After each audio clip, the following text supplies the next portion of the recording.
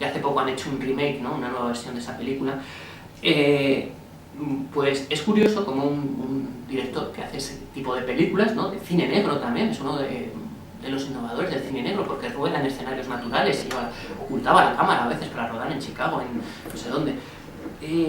Tiene también una vertiente, por debajo de ese caparazón de hombre duro, tiene también una vertiente de, digamos, humana y un cierto sentido religioso. Él reconoce, yo viendo sus películas sí que pensé, digo, esto encaja con lo que he visto por ahí de imaginación católica.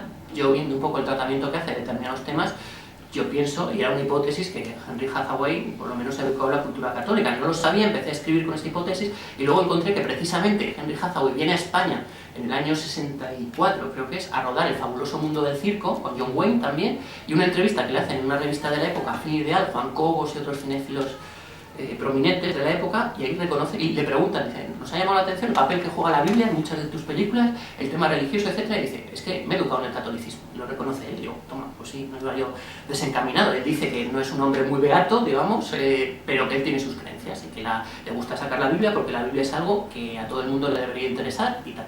Y ya echa un poco de tinta como el calamar para que para no revelarse demasiado de sus ideas, pero luego incluso el propio Hathaway había intentado hacer, y él lo cuenta en una entrevista con Bertrand Tavernier, un director francés, en un número de la famosa revista de Cahiers du Cinéma, había propuesto rodar la vida de Cristo, pero haciendo un paralelismo con la Primera Guerra Mundial, con el soldado desconocido en la Primera Guerra Mundial, una cosa un poco extraña. Había llamado a William Faulkner, que es un escritor que fue premio Nobel luego, y a Faulkner le gustó tanto la historia que se llevó las 4 ideas de Hathaway y escribió una novela, y le dijo, bueno, te cedo los derechos de la película, pero esto lo tengo que sacar como novela porque no sé hacerlo como guión. Y de hecho la novela se llama Una fábula, es un poco extraña esa novela, a mí no me gusta demasiado porque es un poco compleja de leer, no me gusta el estilo, frases demasiado largas, pero esa está editada en español, y si veis en la primera página de la novela hay una dedicatoria a Ciento y la Madre, pero entre ellos a Henry Hathaway, por darle la idea de la novela. Eso en cuanto a Hathaway.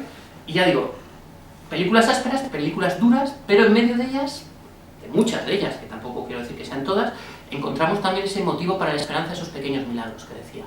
Por ejemplo, en los westerns siempre encontramos, en muchos de ellos encontramos, por ejemplo, personajes religiosos que en un momento dado acogen al protagonista, y suena un poco raro, ¿no? En un western un personaje religioso, un misionero franciscano que está ahí en medio de Texas o en medio de California, que tiene una misión, y el personaje a lo mejor aparece en un momento dado un poco perdido, pues Nevada Smith, que aparece Steve McQueen.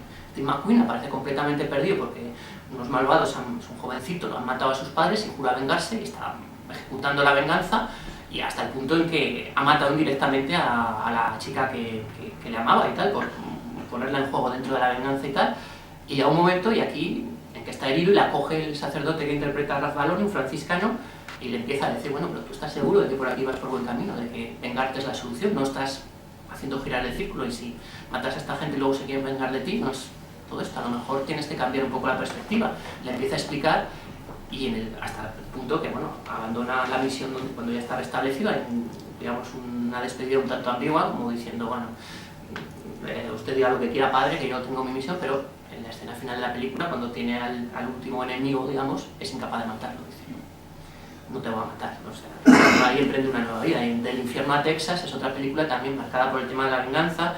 Hay como una doble perspectiva, digamos, en las películas de Hathaway. Por un lado, cuando no hay otra solución, pues la venganza no se ve del todo mal, pero siempre que no sobrepase determinados límites. Los 4 hijos de Cathy Elder es otra película donde también en el fondo pues, ahí está relacionado con el tema de la venganza. Y también en el cine negro, ahora vamos a ver un ejemplo también, como en el cine negro, que digamos que es un cine oscuro, es un cine de muchas ocasiones violento y que plantea situaciones desesperadas, cómo puede introducir uno de estos pequeños milagros, incluso algo del hecho religioso que mencionaba, pues lo vamos a comentar. Eso en cuanto a Hathaway. En cuanto a Hitchcock, pues bueno, yo creo que ya todos sabéis quién es Hitchcock o quién fue Hitchcock. Es verdad que hablar de que su cine es un cine católico es exagerado.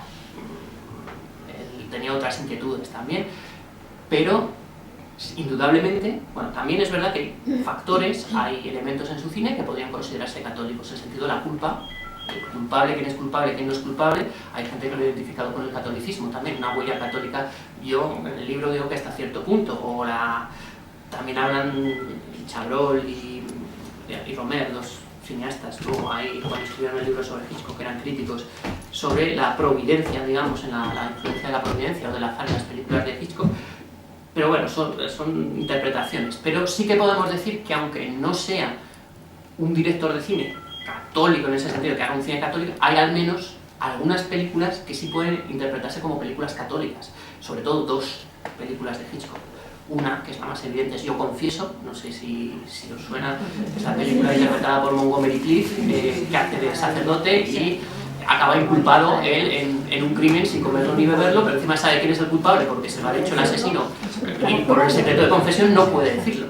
De hecho, Hitchcock llegó a decir, le había parecido una película demasiado católica al propio Hitchcock, porque él en la entrevista que luego, unos años más tarde, concede a François Truffaut, dice es que yo quiero hacer películas para el gran público y he hecho una película que solo un católico va a comprender, porque si un ateo, un protestante, un musulmán no entiende por qué el sacerdote se calla y no dice la verdad. Entonces dice, quizá me he pasado ahí.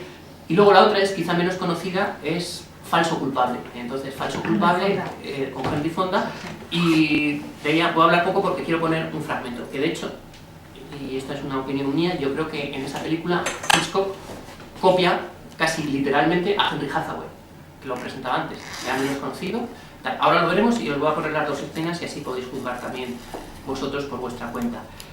Y en cuanto a Stroheim es quizá el director más desconocido de los tres, porque no tanto desconocido como leí una vez en un artículo sobre Stroheim, decía de Stroheim se lee más que se ve su cine, es verdad, porque su cine, la mayor parte, es cine mudo, con lo cual, si ya es difícil que pongan en televisión una película en blanco y negro, pues una muda, échale carete.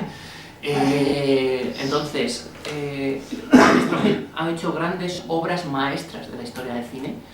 Solo dirigió una película sonora toda su vida, además es una película que es súper difícil de encontrar. Yo la conseguí una copia, pero de casualidad, ni siquiera está doblada ni subtitulada al español, una cosa extrañísima. Eso sí, la película es muy bonita, es un bello alegato contra el aborto, en el fondo, la película de una chica que se queda embarazada y quiere abortar y al final pues, se convence de tener el hijo.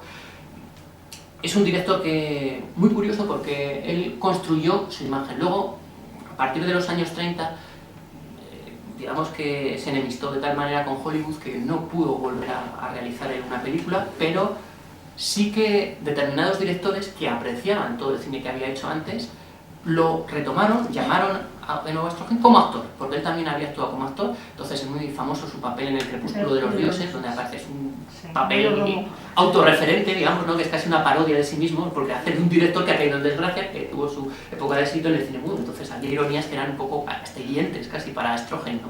Parece como criado además, porque acaba de criado de una estrella también en decadencia, y el propio Stroheim tenía que verse como diciendo, bueno, esto en parte es mi vida. Eso sí, es verdad, en los últimos años tiene una rehabilitación, se organizan ciclos en la Filmoteca Francesa, él se exilia, digamos, a Francia, y ahí los cinéfilos lo reconocen y le aplauden. Entonces sí que antes de morir recibe este reconocimiento.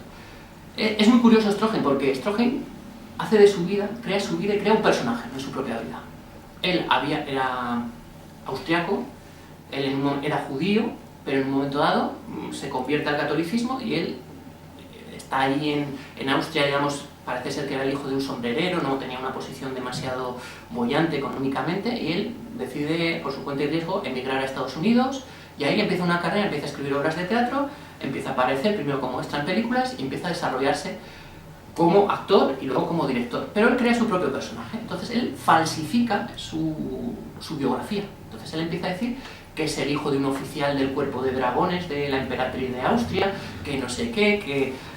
Y empieza a crear como una leyenda en torno a su personaje, algo que siempre pues, en Hollywood los actores y los directores han hecho, ¿no? Salía la noticia de que Nicole Kidman había mentido y que ni era australiana, ni se llamaba Nicole, ni no sé qué. Pues bueno, esto no es nuevo.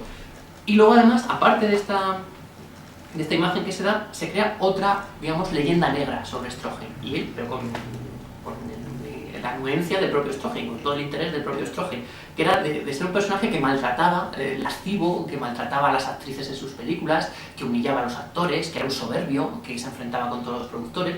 Y a él le gustaba dar esa imagen porque eran los personajes que interpretaba él. Si veis la cara, es la última imagen que aparece en el libro, tenía cara como de malo, ¿no? De personaje así, siempre hacía de villano. Entonces estaba encasillado y de alguna manera eso le daba fama y a él le gustaba.